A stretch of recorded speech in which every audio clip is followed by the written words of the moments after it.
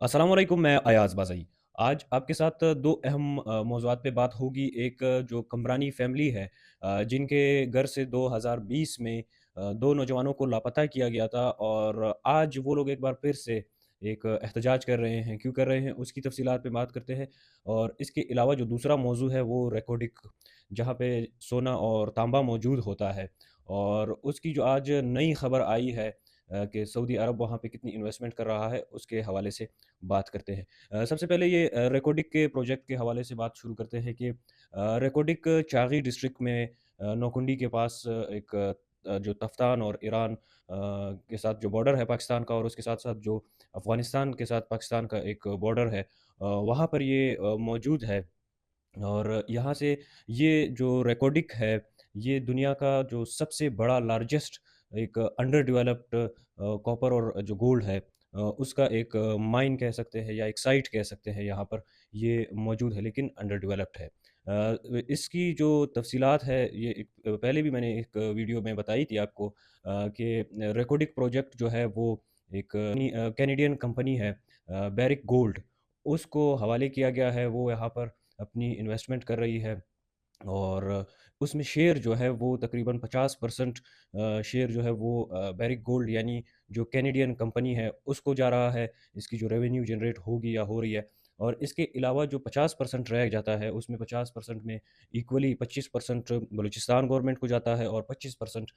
हुकूमत पाकिस्तान को यानी वफाकी हुकूमत के पास ये रेवेन्यू जा रहा है। अब इसमें एक नई डेवलपमेंट जो हुई है वो ये है कि जो सऊदी अरेबिया ने इसमें इंटरेस्ट शो किया है। काफ़ी अरसे से बात जो है इसके ऊपर चल रही थी।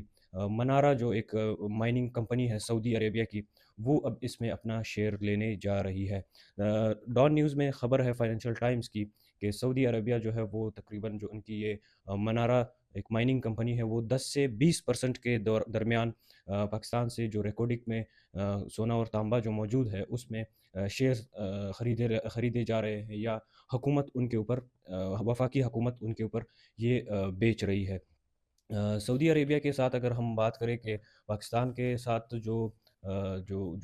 पाकिस्तान की फाइनेंशियल मदद या हम अगर इमदाद कहें, तो वो एक जो बड़े ममालिक में से जो है वो एक ये मुल्क भी है जो पाकिस्तान को फाइनेंशियल मद में जो है वो इमदाद भी देता है। इवन कि अगर आपको याद हो,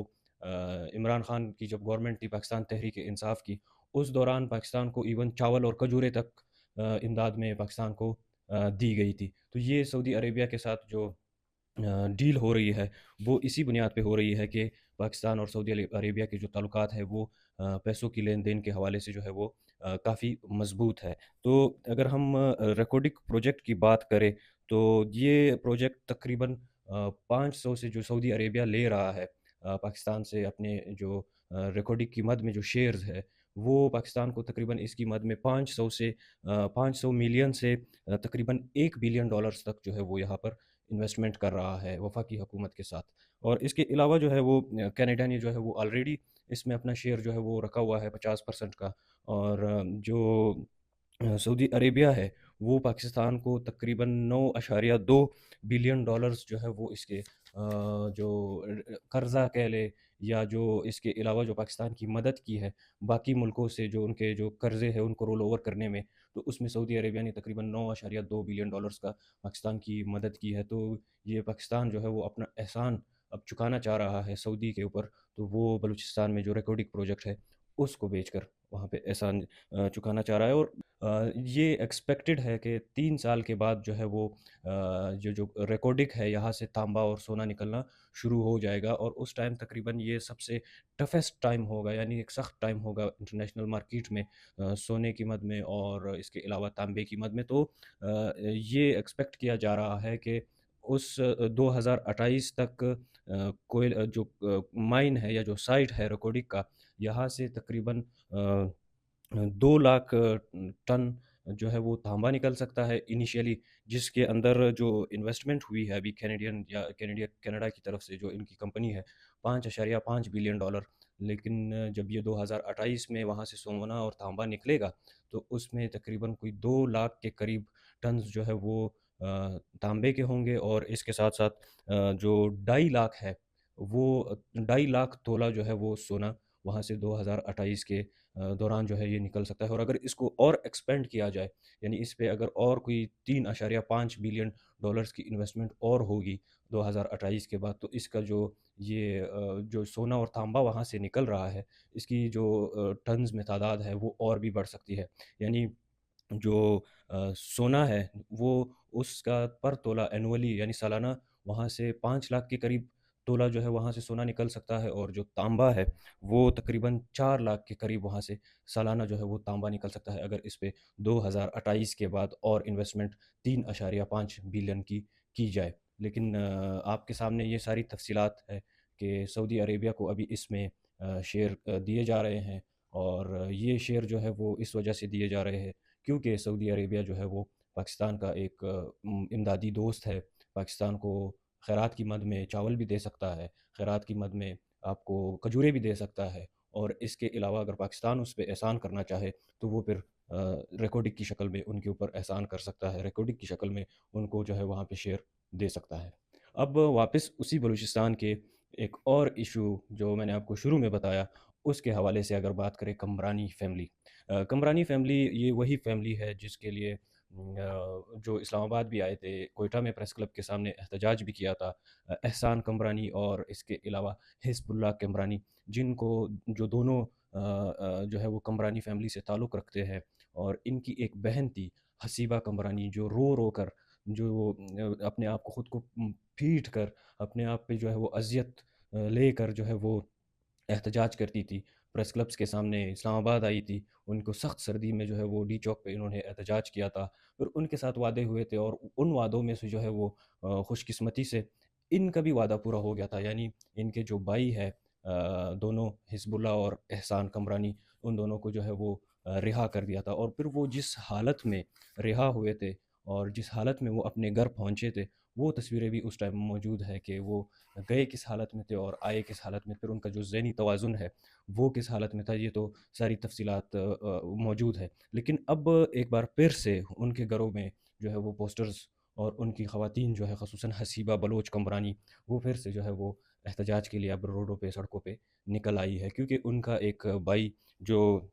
जवाद कमरानी, उनको, और इसके अलावा एक जो उनका एक और कज़न है इब्रार कमरानी, इनको जो है वो फिर से उठा लिया गया है। अब क्यों उठाया है, किसने उठाया है, इसकी कोई तफ़सीलात ना उनके पिछले वाले वाक़ये में आई है, ना ही अब के वाक़ये में है कि इन्होंने किया क्या है, इनको उठाया क्यों जा रहा है, इनका कसूर क्या है। और इनका मुतालबा यही है कि अगर इन्होंने कोई कोई कसूर किया है, इन्होंने अगर कोई जुर्म किया है, इनका कोई अगर कोई और ऐसी एक्टिविटीज़ है जो आपको लग रही है कि ये आइन के और कानून के ख़िलाफ़ है, तो उनको अदालतों में पेश किया जाए। और अदालतें भी वो अदालतें जिनका जो है वो सिस्टम ख़ुसूसन बलूचिस्तान के लोगों के लिए या एक आम शहरी के लिए वो इस तर्ज़ का है कि वो ना होने के बराबर है। हर एक शहरी जो है वो अदालत के एक मशहूर सी बात होती है कि अल्लाह ताला आपको पुलिस स्टेशन से और अदालत से बचाए। वो इसी वजह से कही जाती है क्योंकि अदालती निज़ाम जो है, पुलिस का जो निज़ाम है, वो सारा जो है वो एक ऐसा निज़ाम है जिसमें अशराफिया को जो है वहाँ पे इंसाफ़ तो बहुत जल्दी मिल जाता है, लेकिन एक आम इंसान को नहीं मिलता। और वही अदलिया जो आपके कंट्रोल में है, जिसको जिस जिन जो अदालतें आप कंट्रोल करते हैं और जिनका एहतजाज रहा है, इस्लामाबाद हाई कोर्ट के जो जजेस, उन्होंने ख़त लिखा था सुप्रीम जुडिशल काउंसिल को, चीफ जस्टिस को, कि हमारे साथ जो है ये हो रहा है, हमारी जो रिकॉर्डिंग्स हो रही है, हमारे जो मास्टर बेडरूम्स हैं वहाँ पे कैमरे नस्ब किए जा रहे हैं, हमारे जो जानने वाले हैं उनको ज़दोकोब किया जा रहा है ताकि हम मनपसंद फ़ैसले करवाए जा सके, और करते भी है। अदालती निज़ाम यही इसी तरीके से जो है वो फ़ैसले करते भी आ रहा है।